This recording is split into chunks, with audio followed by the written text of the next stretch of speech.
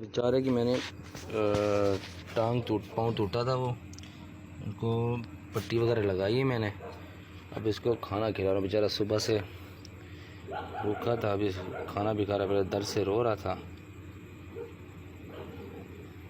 ये क्या कहते हैं, किसी को मासूम बच्चे होते हैं, इनको तेज़ रफ्तार में गाड़ी चलाते हैं, देखते नहीं हैं। बच्चे किसी का क्या बिगाड़ा हुआ है। अभी एक बैठे पे पहले बैठ भी नहीं सकता था बेचारा, अब बैठ भी गया। बस अब इसे मैं खाना खिला रहा हूँ।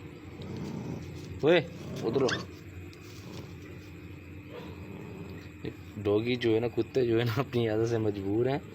दूसरा साथ आ रहा है, उसको देख कैसा शोर मचा रहा है। उधर ये ले जले जले तो बस ये काली अब चल रहा भी है।